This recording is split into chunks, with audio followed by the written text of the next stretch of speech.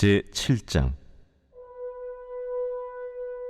좋은 이름이 좋은 기름보다 낫고 죽는 날이 출생하는 날보다 나으며 초상집에 가는 것이 잔치집에 가는 것보다 나으니 모든 사람의 끝이 이와 같이 됨이라. 산자는 이것을 그의 마음에 둘지어다. 슬픔이 웃음보다 나음은 얼굴에 근심하는 것이 마음에 유익하기 때문이니라. 지혜자의 마음은 초상집에 있으되 우매한 자의 마음은 혼인집에 있느니라. 지혜로운 사람의 책망을 듣는 것이 우매한 자들의 노래를 듣는 것보다 나음이라. 우매한 자들의 웃음소리는 솥 밑에서 가시나무가 타는 소리 같으니 이것도 헛되니라. 탐욕이 지혜자를 우매하게 하고 뇌물이 사람의 명철을 망하게 하느니라. 일의 끝이 시작보다 낫고 참는 마음이 교만한 마음보다 나으니 급한 마음으로 노를 바라지 말라. 노는 우매한 자들의 품에 머무름이니라. 옛날이 오늘보다 나은 것이 어찌미냐 하지 말라.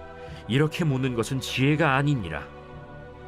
지혜는 유산같이 아름답고 햇빛을 보는 자에게 유익이 되도다. 지혜의 그늘 아래에 있음은 돈의 그늘 아래에 있음과 같으나 지혜에 관한 지식이 더 유익함은 지혜가 그 지혜 있는 자를 살리기 때문이니라. 하나님께서 행하시는 일을 보라. 하나님께서 굽게 하신 것을 누가 능히 곧게 하겠느냐. 형통한 날에는 기뻐하고 곤고한 날에는 되돌아보아라. 이 두 가지를 하나님이 병행하게 하사 사람이 그의 장래일을 능히 헤아려 알지 못하게 하셨느니라. 할렐루야. 오늘 하나님의 말씀은 전도서 7장 1절부터 14절까지 말씀입니다. 오늘 말씀의 제목은 끝을 바라보는 자의 복입니다. 제가 대학원 시절에요, 미국의 장례식 리허설에 관한 이야기를 들은 적이 있습니다. 하루는 제 은사님이 어떤 아는 분이 돌아가시게 됐다는 소식을 듣고 그 장례식에 참석을 하게 되었다고 합니다. 그리고 숙연한 마음을 가지고 그 집에 들어서는 순간에 굉장히 놀랐다고 해요.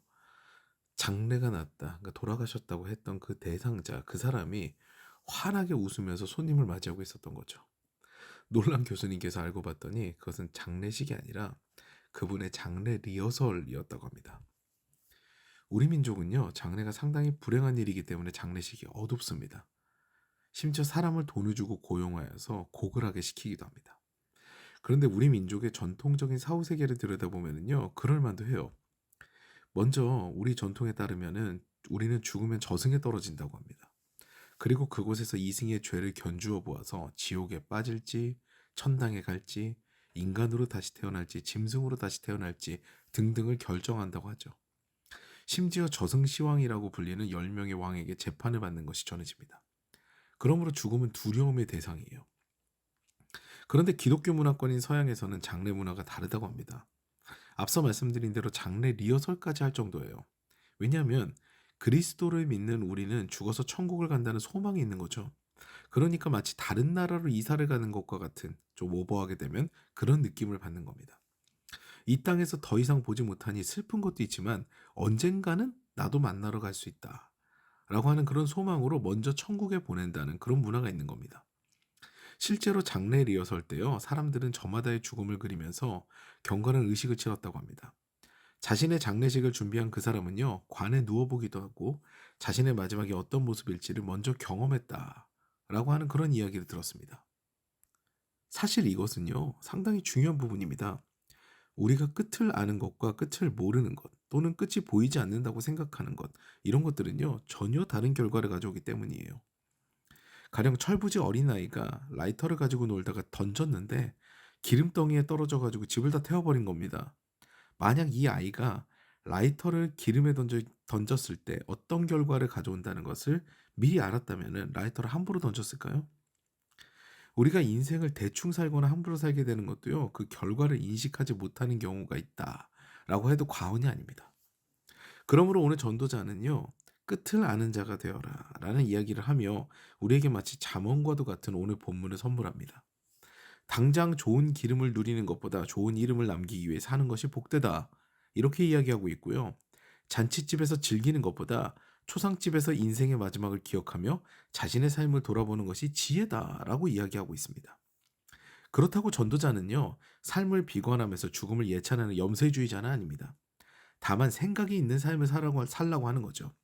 우리 인생의 값어치는 그렇게 값이 싼 인생이 아니다라는 이 얘기를 하는 겁니다. 가치가 있는 인생이니 중요하게 생각하도록 인생의 마지막을 바라보며 살아가라라는 이야기입니다. 심지어 슬픔이 웃음보다 낫다는 이야기를 합니다. 그만큼 생각하는 삶이 중요하다는 이야기죠. 그러면 우리는 어떤 생각을 해야 될까요? 전도자는 미래를 헤아리거나 과거를 돌아보는 것은 어리석다고 이야기를 합니다. 인간의 능력을 발휘해가지고 뭔가 그런 생각을 하는 것, 내가 판단하는 것, 이거는 지혜롭지 못하다는 얘기예요. 10절 말씀을 보면은 옛날이 오늘보다 나은 것이 어찌미냐 하지 말라. 이렇게 묻는 것은 지혜가 아니니라 라고 이야기하고 있습니다. 왜냐면요. 우리는 아무리 노력해도 우리의 인생을 헤아릴 수가 없기 때문입니다. 그 이유가 오늘 말씀 14절에 기록되어 있어요. 형통한 날에는 기뻐하고 공고한 날에는 되돌아보아라. 이 두 가지를 하나님이 병행하게 하사 사람이 그의 장래일을 능히 헤아려 알지 못하게 하셨느니라. 이 말씀을 보면요. 결국 인생의 주권은 하나님께 있는 것을 알 수 있습니다. 그러므로 인생의 지혜는요. 끝을 아는 것인데 바로 인생의 끝에서 하나님 앞에 섰을 때 그때를 생각하며 살라는 겁니다. 그때를 기억하며 사는 것이 지혜로운 삶이라고 전도자는 이야기하는 거예요. 결국 모든 걸 종합해 보면요.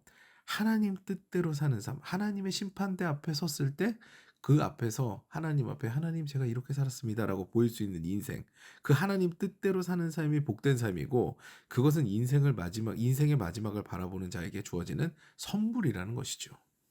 사랑하는 여러분, 유한한 인생길을 생각해 보면요. 인생의 가치를 더욱 깊게 느낄 수가 있습니다. 무한하다면은요. 대충 살 수도 있겠죠. 내 인생이 어차피 끝이 안 나는데 나는 더 이렇게 있다가 나중에 즐기다가 나중에 내 인생을 이렇게 살 거야. 이렇게 계획해도 되겠지만 유한한 인생입니다. 죽음을 향해 달려가고 있어요. 그러면 이 인생의 가치를 깊게 느낄 수 있는 거죠. 지금 이 순간도 죽음을 향해 걸어간다는 생각이 들면요. 허투루 살 수가 없는 거예요. 하나님께서 주신 생명을 귀하게 여기고 그 생명이 다하는 날까지 대충 사는 것이 아니라 하나님의 뜻대로 사명 따라 사는 것이 바로 지혜의 삶이 됩니다. 그 삶을 기쁘게 살아가시는 저와 여러분 되시기를 주님의 이름으로 축원합니다.